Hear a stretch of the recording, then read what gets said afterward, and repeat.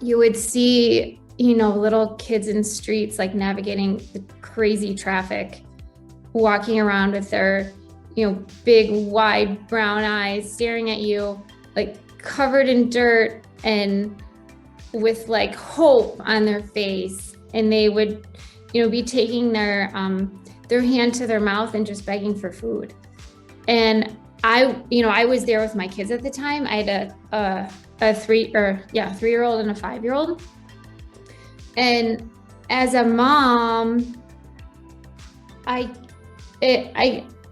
felt for those kids, and I felt for those moms who couldn't put food on the table. I mean, a basic human need.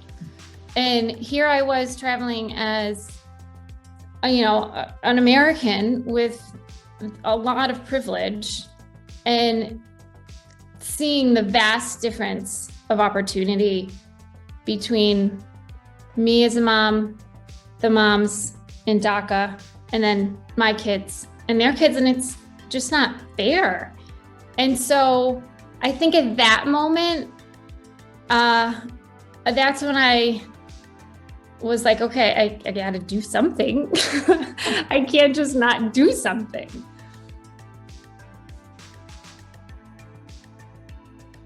Well, the cool thing about Thrive is it's so inexpensive to feed a child. $10 a month.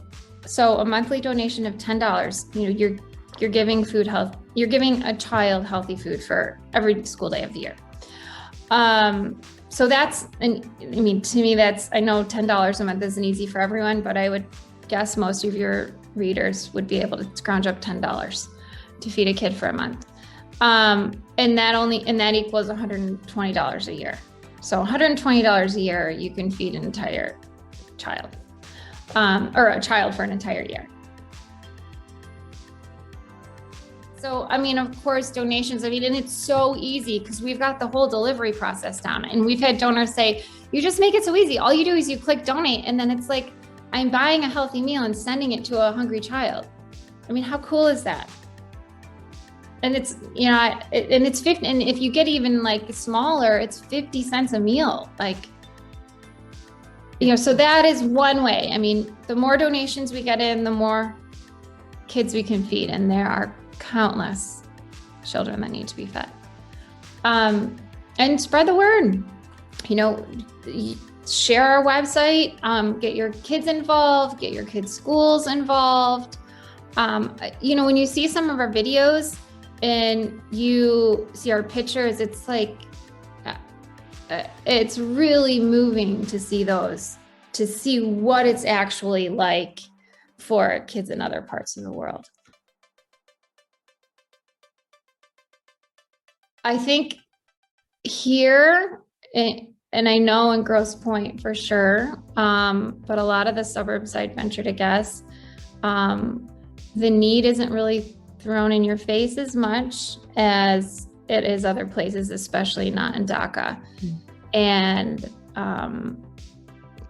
so it takes a little effort, and it takes some feelings of discomfort, but you can find it. And I think that's really a responsibility. If you have something, I always think if I ever get that feeling of like, oh, I feel so bad, like that's the universe or myself telling me that you need to do something. You can't just say, oh, that's so sad, and then not do anything. I think that's the message that you're supposed to be hearing, is that you need to take a small step to fix whatever is giving you that gut feeling of injustice. I think it's innate. I think kids care. And I think it is giving them the opportunity to see a problem and giving them the tools to work to fix it, or to do something about it. I don't think you have to teach kids how to care. I think they just do, and I think they could lose perspective. So maybe that's it. Like, how do you teach your kids to have perspective? And I think it's exposing them to all different forms ways, of life, and cultures and religions and